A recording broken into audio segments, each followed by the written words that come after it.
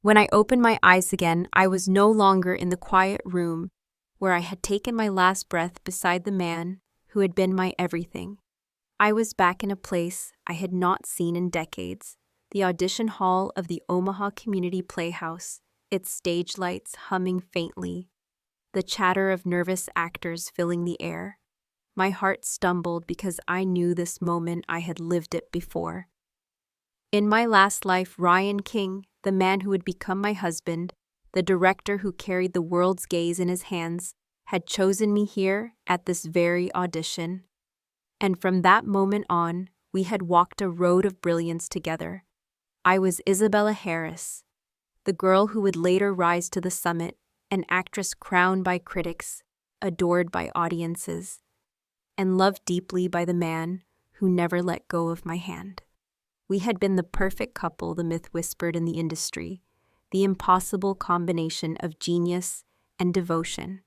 In our first life, we conquered everything. I had been the reigning queen of the screen, holding an Oscar like a permanent jewel, while Ryan became a legendary director, his vision praised as once in a generation. We chose not to have children, not out of selfishness, but because our love and our art consumed us completely. And until his last breath, he loved me. His final words to the world, spoken with trembling lips and a fading smile, were, "She is the only muse of my life." I had clung to his hand, tears burning my skin, whispering back, "If there is another life, I will still choose you." He smiled at me one last time before closing his eyes forever, and 2 years later I followed him, my body too broken by grief to continue without him. Yet now, against all reason, I had been pulled backward. I was 19 again, a sophomore at the Film Academy, waiting for my chance to debut in a small independent production called Spring Bloom. Around me, other girls fidgeted, whispering nervously about the director. They longed for a minor role, even a line or two, but I had no such anxiety. My lips curled into a quiet smile because I believed that fate, having already written our story once, would write it again. Ryan King was mine. He had always been mine. I looked up just as the commotion in the hall stilled and the young director walked in. He was dressed simply, a black shirt with sleeves carelessly rolled to his elbows, revealing forearms taut with quiet strength. His expression was calm, serious, the air around him threaded with authority. And yet I saw in his eyes a softness I remembered from the end of his life. My heart faltered painfully. It was Ryan, my Ryan, alive again. Younger still, carrying the fire of ambition in his chest. Girls around me whispered, their voices sharp in the hush. "He's so handsome. He could live off that face alone. And yet he insists on proving himself with talent." I almost laughed aloud, because I remembered what would come later, the man with unkempt hair, who would bury himself in editing rooms, who would forget to shave or even eat, who would chase perfection until his hands shook. They admired his face, but the man I loved had never been about appearances. He had been about heart, about the relentless pursuit of art, about the way he saw me not just as an actress, but as his eternal muse. I reminded myself that at this point in time, he had just won a small directing award, nothing remarkable to the wider world, but among students like us, he was already a figure too high to reach. Some of the girls whispered anxiously, doubting their performances, wishing only for a supporting role. I remained serene because deep inside I believed I knew the ending. Ryan King would look at me, he would choose me, and together we would begin again. My smile widened when his gaze swept the room, and for the briefest instant I thought I saw recognition. My breath caught, my pulse leapt, and I let my eyes hold his soft and knowing like a secret shared only between us. But then in a heartbeat that shattered the certainty I had carried with me into the second life, his eyes slid past me. Cold and personal, they moved on until they stopped on another face. Faith Scott. She was beautiful, delicate in a way that drew attention, a student he had once mentored, a girl who in my last life had been no more than a shadow on the edge of our story. And in that moment, everything I thought I knew began to crumble. I sat frozen, my confidence collapsing inward, as if someone had torn the script of destiny apart. He did not look at me with love, with recognition, with the promise of forever. He looked at her. The air left my lungs. Perhaps Ryan did not want to relive the same life we had before. Perhaps he wanted something new, a different muse, a different love. My fingers trembled in my lap, but I forced my smile to stay, though it felt brittle and false. Around me the chatter swelled again, girls squealing over his presence, whispering their hopes. I could not hear them clearly anymore, because all I could hear was the roar of my own heartbeat in my ears. The memory of our past life, so perfect and unblemished, weighed against the sharp sting of this new reality. We had been a legend, our names carved into history, our love story envied by millions. But now I understood that even legends could be rewritten. Ryan King. The man who had once sworn I was his only muse had just looked at another woman as though she might carry that title. And with that single glance, my world began to fracture. Ryan lifted the small notebook in his hand, his voice steady yet sharp enough to silence every whisper in the room. "Faith Scott," he announced. And in that instant, every gaze turned toward the shy girl sitting almost hidden in the corner. Her eyes widened in shock, her cheeks flushed crimson, and she looked every bit the timid fawn caught in sudden light. My entire body went rigid. Why had Ryan King not chosen me as he had in our last life? What had changed? The leading role in Spring Bloom was supposed to be mine, not hers. That role was not just a debut. It was the symbol that defined the entire trajectory of my career, the foundation on which everything else had been built. Confusion tangled with dread in my chest. Was this the butterfly effect of my rebirth, the ripple of time shifting everything I thought I knew? In our past life, Ryan had told me that the very first time he watched my audition, he had been certain. "Isabella," he had whispered years later, "when we were married, you were born to act. Even at 19, without experience, I knew your future would be brilliant." Those words had once filled me with warmth, with pride, with love. But now, standing here in this hall, those memories mocked me. My fingers curled so tightly that my knuckles whitened. If not Spring Bloom, then how would our paths cross in this life? In the past, it had been during those long months on set that Ryan and I had grown close, our feelings sprouting slowly, cautiously, because of the 7 years that separated us. We had not rushed. What bound us tightly had not been instant passion, but the failure of that very film. Spring Bloom had been Ryan's passion project, a deeply artistic work into which he had poured his entire soul. And when it premiered, it had crashed. Critics tore it apart, calling it slow, confusing, pretentious. Some said he had no understanding of cinema, that he was all show and no substance. But within that disaster, I had been illuminated. His camera had captured me with such aching beauty that one critic wrote, "The heroine under Ryan King's lens is like the fragile moon, luminous, yet lonely, delicate yet unbreakable, a light in the vast dark." That single review transformed my life. Suddenly I had admirers everywhere, fans of my face and my craft, while Ryan bore the brunt of ridicule. People whispered that his weak film had wasted my talent, that he had been lucky to even have me in it. I had felt guilt then, heavy and unshakable. That was why I had texted him late at night, sending words of comfort through nervous fingers, telling him that I believed in his vision. We had spoken more and more, first about film, then about life, then about dreams and futures, until one starlit night he had gently taken my hand and whispered, "Isabella, I do not want to wait any longer. If you feel the same, then let us not fight it." And I had risen on tiptoe, pressing my lips softly to his whispering yes. That had been the start of our forever. So why was Faith Scott standing there now, cheeks pink and eyes wide, while my own destiny slipped from my grasp? I stared at her innocence, at her trembling frame, and I wanted to scream. The protagonist of Spring Bloom was a woman carved by life's storms, who grew from fragile girlhood into resilient womanhood. It demanded depth, strength, scars etched into the soul. Faith's face was too soft, her expression too naive. How could she possibly bear the weight of such a role? My thoughts burned inside me, but before I could move, Ryan spoke again, his tone calm. Matter of fact, we've made some adjustments to the script. The focus will now be on the heroine's younger years, her student life. Considering the changes, Faith is the most suitable choice. My breath snagged. Adjustments. My mind reeled. Spring Bloom, the film that had once been the beginning of our story, was no longer the same. Ryan continued to speak, explaining the new draft, and with each word my panic deepened. Gone was the quiet artistry, the painful poetry of the original.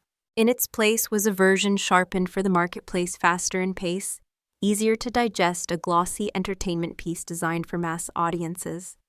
It was commercial fluff popcorn cinema, and it was not Ryan King. The other actors grumbled under their breath, some dissatisfied but too powerless to argue. They fell into silence, resigned to follow whatever direction he had chosen. I gathered my belongings slowly, the weight in my chest nearly suffocating me. My thoughts scattered in a fog, disbelief clawing at me with every step. I slipped into the tide of bodies. Leaving the hall, my movements mechanical, my smile long gone. Just as I reached the exit, I caught the murmur of a girl behind me, her voice laced with derision. Everyone knows Ryan and Faith have been close for a while. He probably picked her from the start. The audition was just for show. The words sliced through me, leaving me raw. My stomach knotted, my throat constricted. Could it be true? Was Ryan's choice not about art, not about destiny, but about a bond he had already formed with her? The hall felt suddenly colder, the light harsher, as though the very world was shifting into something I did not recognize. I kept walking, but every step echoed with a question I could not silence. If Spring Bloom no longer belonged to me, if Ryan's gaze no longer sought me, then what place did I have in this new life? I froze where I stood. No, it couldn't be. Ryan was not that kind of man. My heart refused to believe it, even as dread coiled tighter around my ribs. Driven by instinct, I turned and hurried down the hall, letting my feet carry me until I stopped before a half-closed door. From inside drifted a soft, trembling voice I recognized instantly. Mr. King, I thought, because of all the doubts you wouldn't choose me. It was Faith. A flash of memory struck me like lightning. Faith Scott had once been his student, someone Ryan had tutored in acting, before either of us had stepped into the industry's light. In my memories, Ryan had always been calm, steady, composed beyond reproach. Even in our last life, when the entire online world dragged him through mud, he had never once lost control. On our wedding day, he had not shaken, not even when reporters swarmed us. He had only smiled a little more radiantly than usual, and I had thought that was the most emotion he would ever show the public.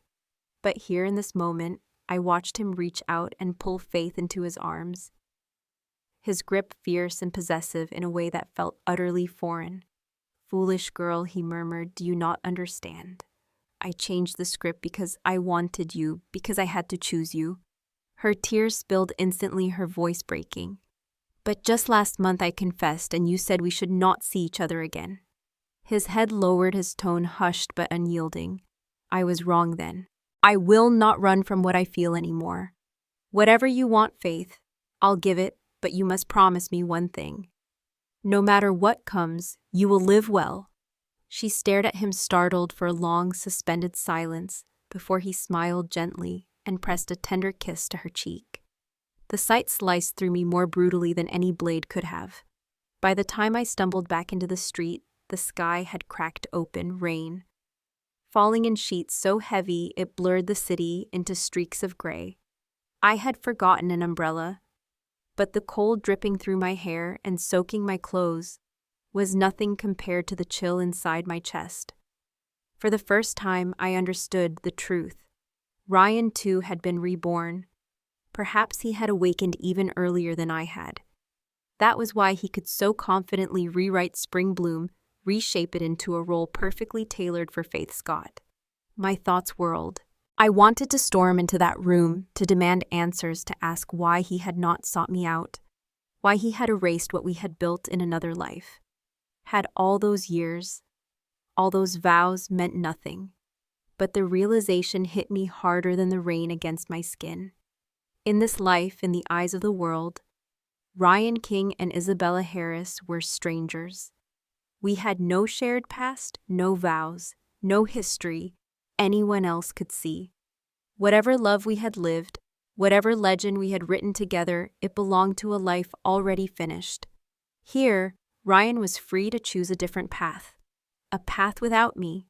Later that day, while pushing food idly around a cafeteria tray, I scrolled through my phone and saw the news already spreading. Director Ryan King casts his former student Faith Scott in leading role.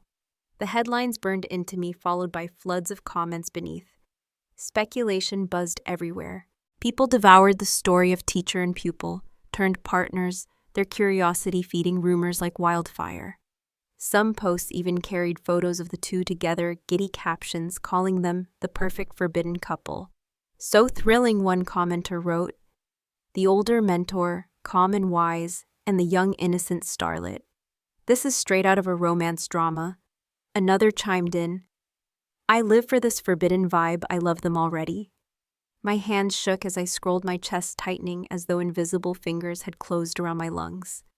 "Isabella, are you okay? You're pale." The voice came from across the table. It was Lynn Walker, my closest friend, her brows knit in concern. I forced a smile that felt more like a grimace. "I'm fine, just tired." She studied me longer, worry etched across her features. Lynn had always been straightforward, confident. In my last life, she had starred in youth dramas during her 20s, then boldly transitioned into producing by middle age, eventually becoming one of the most respected figures behind the camera. She always knew what she wanted and went after it. I envied that certainty now more than ever. "Is this about the audition?" she asked gently. "I know how much you admire Ryan King, but we're only sophomores. Failing an audition isn't the end of the world." I lowered my eyes, stirring the rice in my bowl without appetite, unable to respond. She sighed softly, then leaned closer. "Don't let it break you. I've been offered a couple of web drama roles lately. Not glamorous, but decent experience. If you want, I could help you get in." Her kindness tugged at something deep inside me, but my heart felt tangled, a mess of threads knotted too tight to unravel. "I'll think about it," I whispered, though, inside. I felt lost, wandering between the weight of the past and the uncertainty of the present. The memories of my former life replayed like a film reel, stuck on repeat, each frame sharper and more painful than before. Details I had once overlooked now returned in agonizing clarity, and among them the image of Faith Scott lingered, etched into the beginnings of a story that was no longer mine. After one press conference, Faith had cornered us backstage, her eyes wet and desperate. "She's only a year older than me," she cried. "So why can she have what I can't?" Ryan remained silent for a long time. His expression weighed down with fatigue I had never heard in his voice before. Finally, he answered quietly, "It's not about age. It's about the fact that I was your teacher and you were my student." The tremor in his tone struck me harder than I expected.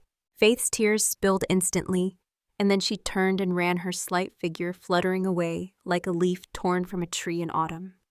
In the life I remembered, Faith had gone on to take roles in several films, none of which brought her true recognition.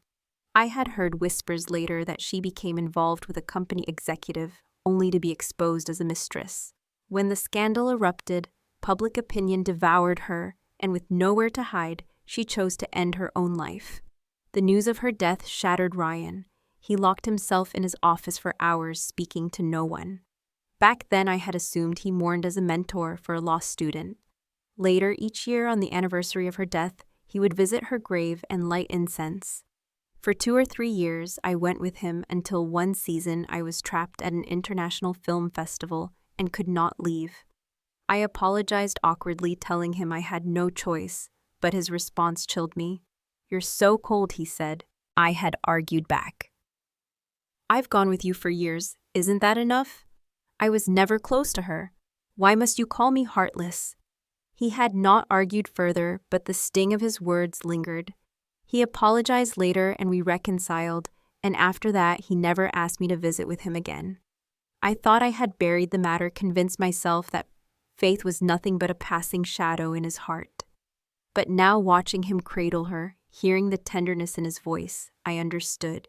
Faith Scott had always occupied a hidden corner of Ryan's heart, and in this life he had returned determined to fill what he considered her void.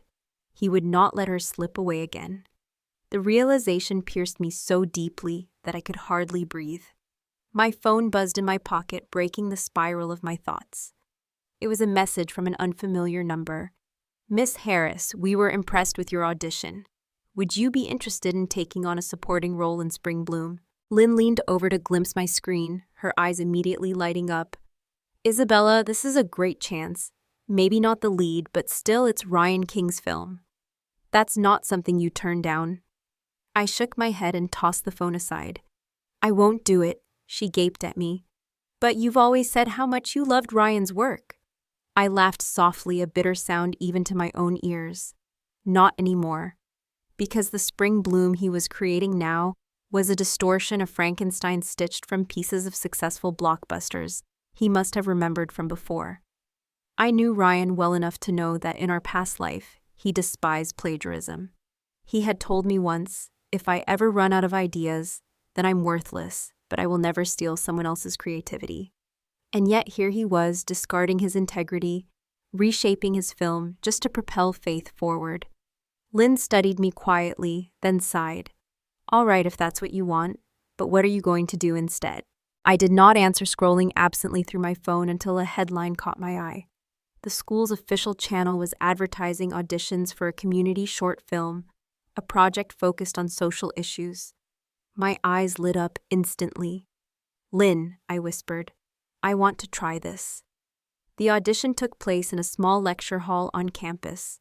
There weren't many people there, only a handful of students, scattered among the seats. Of course there wouldn't be.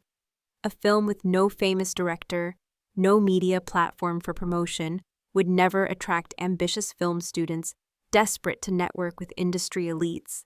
They had no time for projects that promised no fame. But I walked to the front, inhaled deeply, and closed my eyes. Memory surged through me like a wave, every joy and sorrow I had once felt before the camera. Every life I had lived through, characters who left their fingerprints on my soul. They had fused with me long ago, until acting was not a craft, but a second heartbeat. I opened my eyes and it began. Words became flesh, emotions carved themselves into every flicker of my gaze.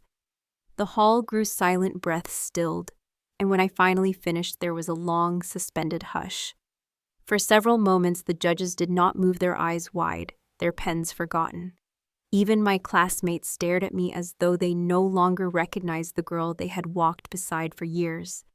And in that silence, I felt a spark reignite in my chest, fragile but real. Just when anxiety began to gnaw at me, one of the judges broke into applause, his palms echoing with such force it startled the hall. "Brilliant," he exclaimed, his voice quivering with excitement. "That was brilliant. Which class are you in? How can a student act like this?" In the next instant, the entire hall erupted into thunderous clapping, like a storm crashing down from the rafters. I stood on the stage, staring into the eyes of my classmates and professors, their astonishment reflecting back at me, and I realized something undeniable. Of course, this life had been reset, but my craft had not been stripped away.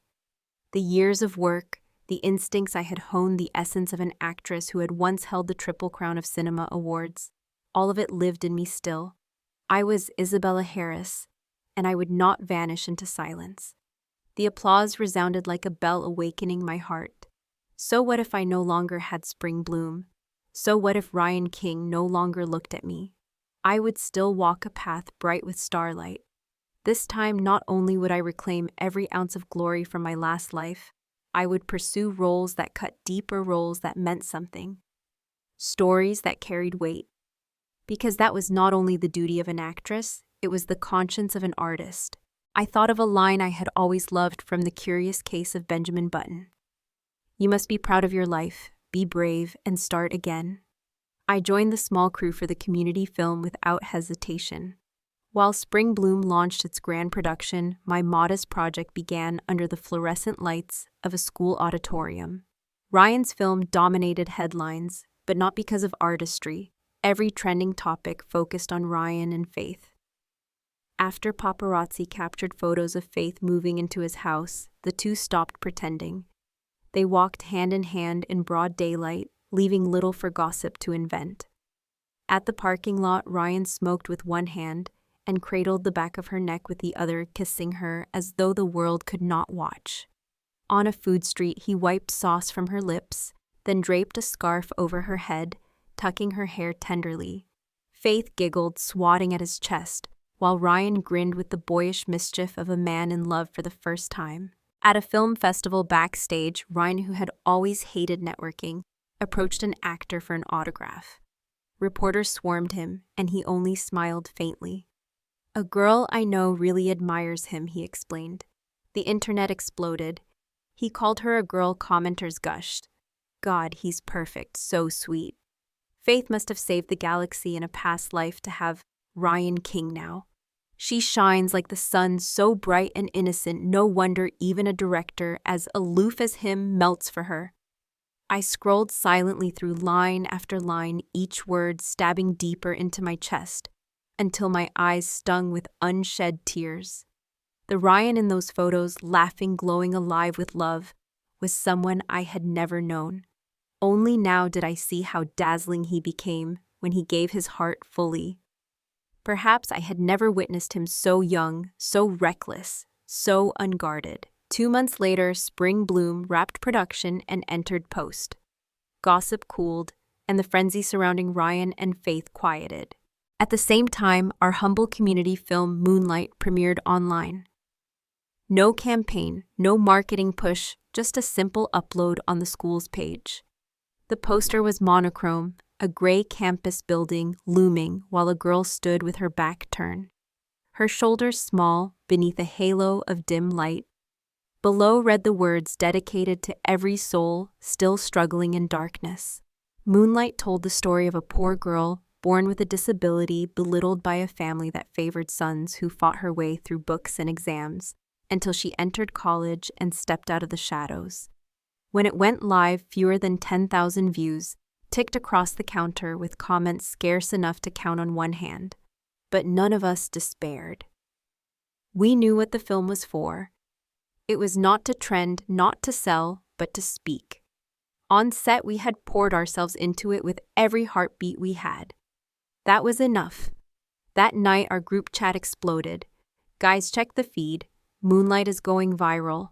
Isabella, hurry, everyone's raving about you." Confused, I opened Twitter and blinked in disbelief. A respected film critic had shared Moonlight, captioning, "Compared to the endless commercial romances built on scandal, this is what we should be watching." Overnight, Moonlight spread like fire across dry grass, igniting the internet.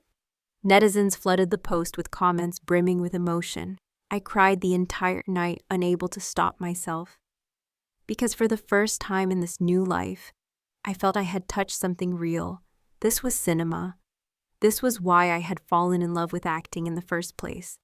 Messages poured in across the web, young women saying every girl should see Moonlight, that education was the only true escape worth fighting for. People began to notice me, the lead actress in the film. She's only 19. How can she act like this? A genius. She's stunning. Her talent is stunning. I'm a fan now. Their affection spread naturally, multiplying with each hour. Clips of the most moving scenes flooded short video platforms, soaring past 1 million views within a week. Even the official account of the state's Film Association reached out to request an interview. When the host asked me about my artistic ideals, I smiled faintly. At this age, it's too soon to speak of artistic ideals. For now, I just hope to spread what is good. Where sunlight cannot reach, perhaps the moonlight can slip in. The sincerity in my answer lit the internet on fire.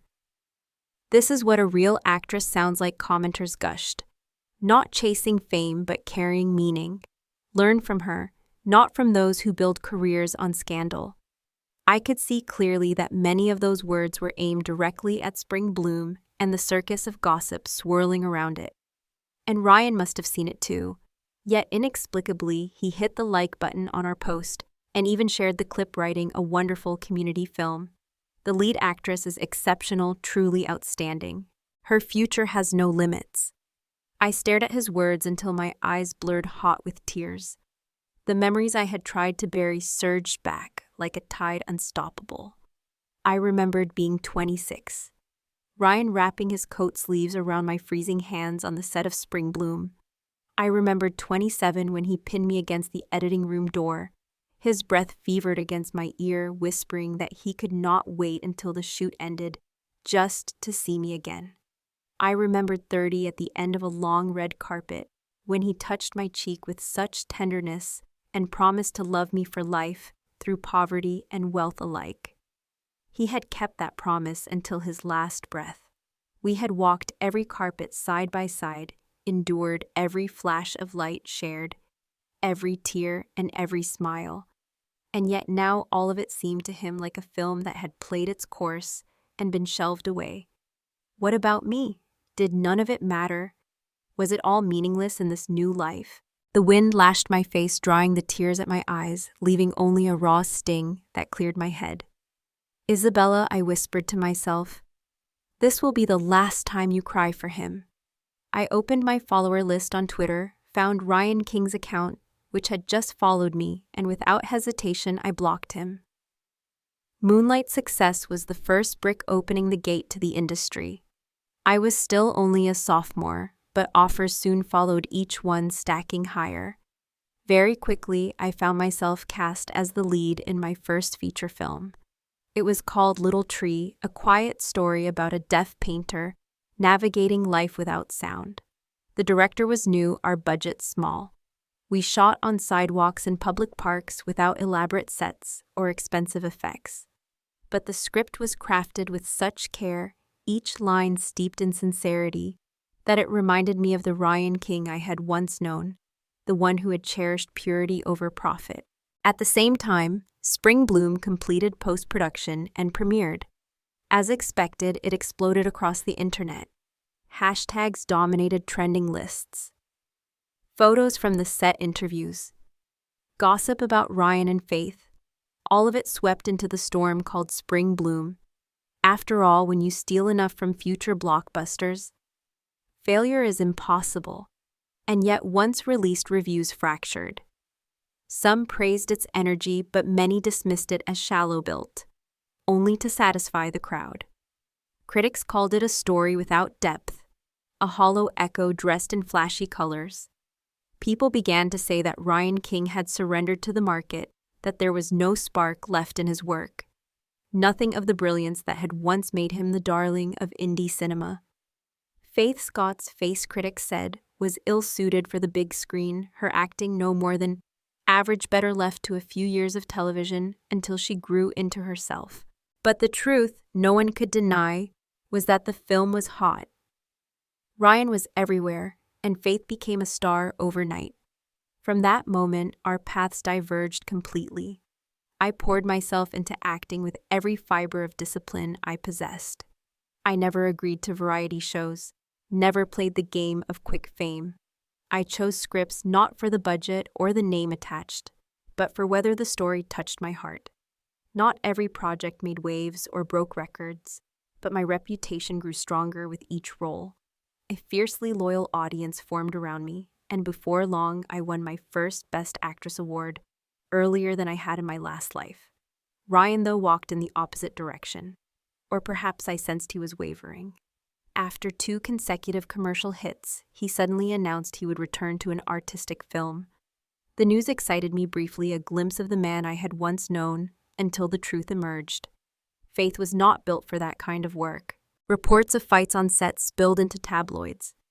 Photos of Ryan throwing a script at her. His face twisted with frustration, his voice captured mid-curse. At last the role was recast with an unknown actress, and though no breakup was announced, Faith never appeared in his films again. Out of Ryan's protective orbit, she tried to stand on her own, but her next 2 leading roles flopped so spectacularly that the industry quietly shut its doors. From there, she turned to teen romances, reality shows, talk programs enough to keep her name alive if not revered. Meanwhile, I kept working steadily, our two roads diverging farther with each mile. I imagined we would never cross again. Until one night at an award ceremony, fate placed us side by side. My seat assignment landed directly next to his. I gathered the folds of my gown carefully and approached. He was already there in a black suit, cigarette between his fingers. When he saw me, his eyes widened, panic flickering as he crushed the smoke out hurriedly. "Miss Harris," he stammered hello. I inclined my head and sat calm as stone. The lights dimmed, the first montage flickered across the giant screen. Applause and cheers rippling through the hall. Then his voice came low as a breath. "I saw your new film, Empress. You were extraordinary." I nodded, murmured thanks, but he continued, his tone soft as velvet. "Not just the new film, every role you've taken. I've watched them all. You are the most gifted actress I have ever met. I still hope someday we might work together." I froze, turning to him in surprise. In the faint glow from the stage, his profile looked both familiar and unfamiliar. His mouth curved in a wistful smile.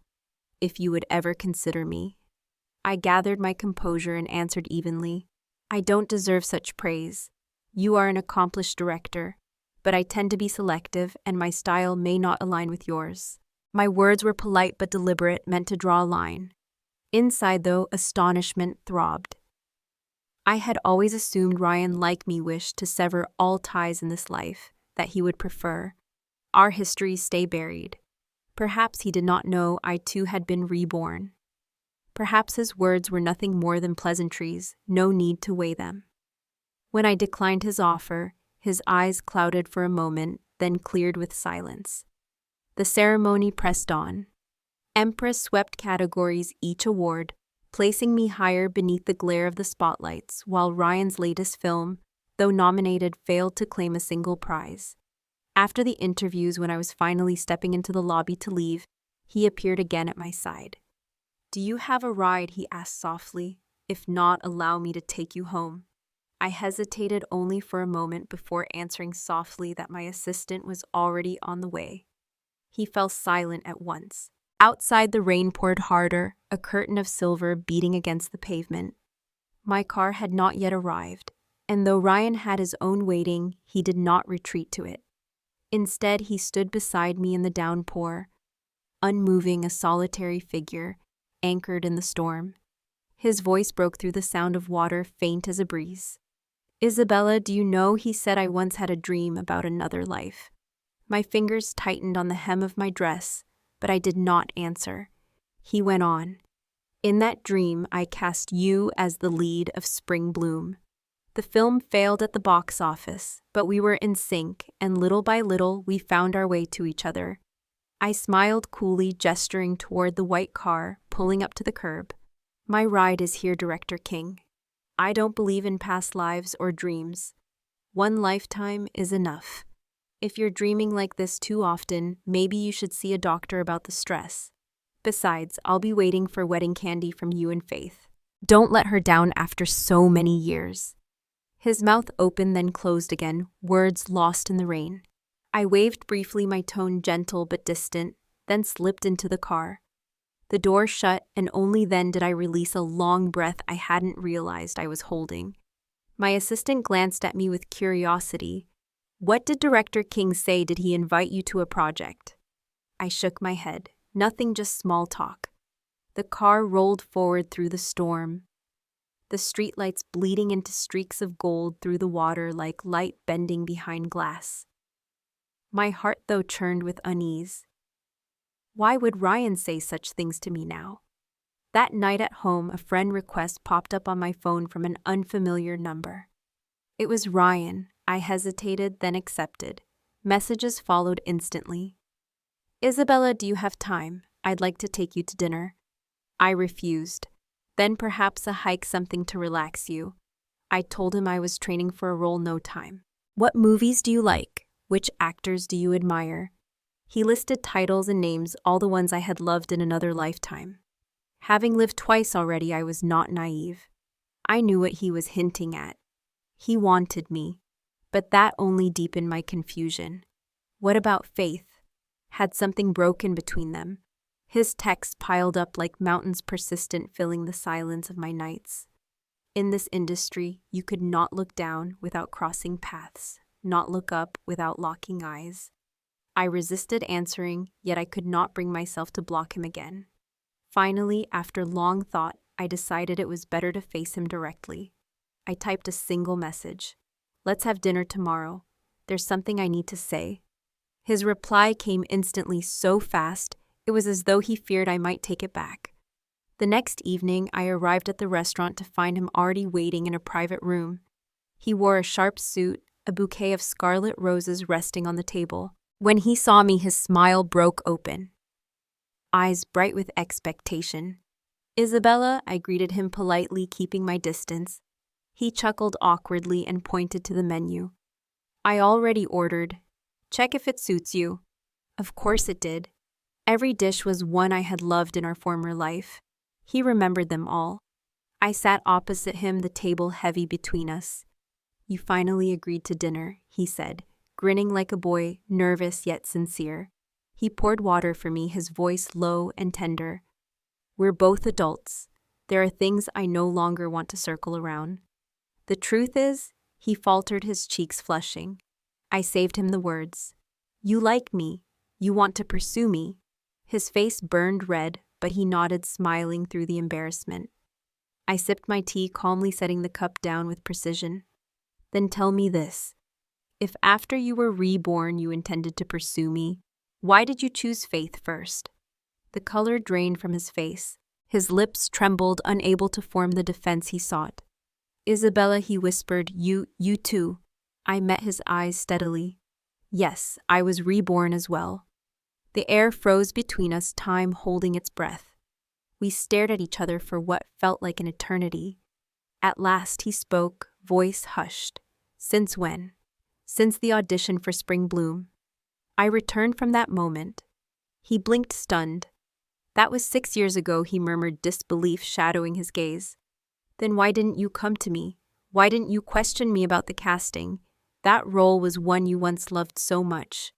A sad smile curved my lips. "When you chose Faith as your lead." From the beginning, what was left for me to ask?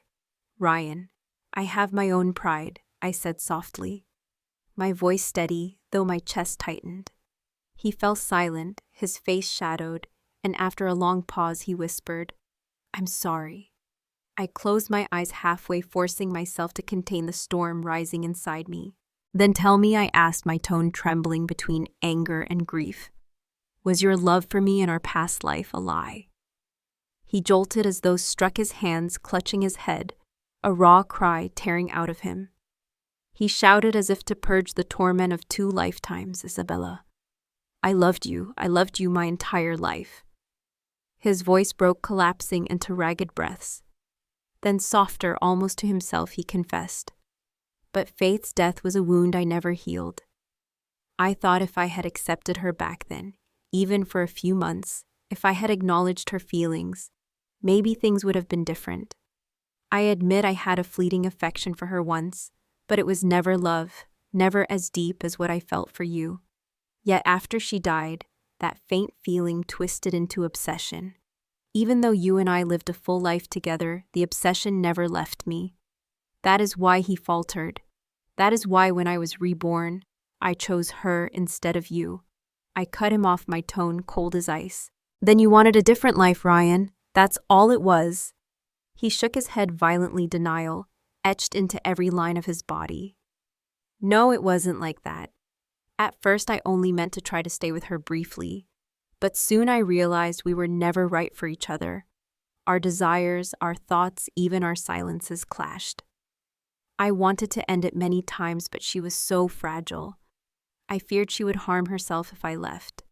Until half a year ago, after one final fight, I couldn't bear it anymore. I couldn't sacrifice my entire life to carry hers. I had already supported her, lifted her, done my duty. But love, I could not trade away out of guilt. Isabella, the one I love, has always been you." His eyes glistened red, desperation trembling in every word, as though terrified I would not believe him.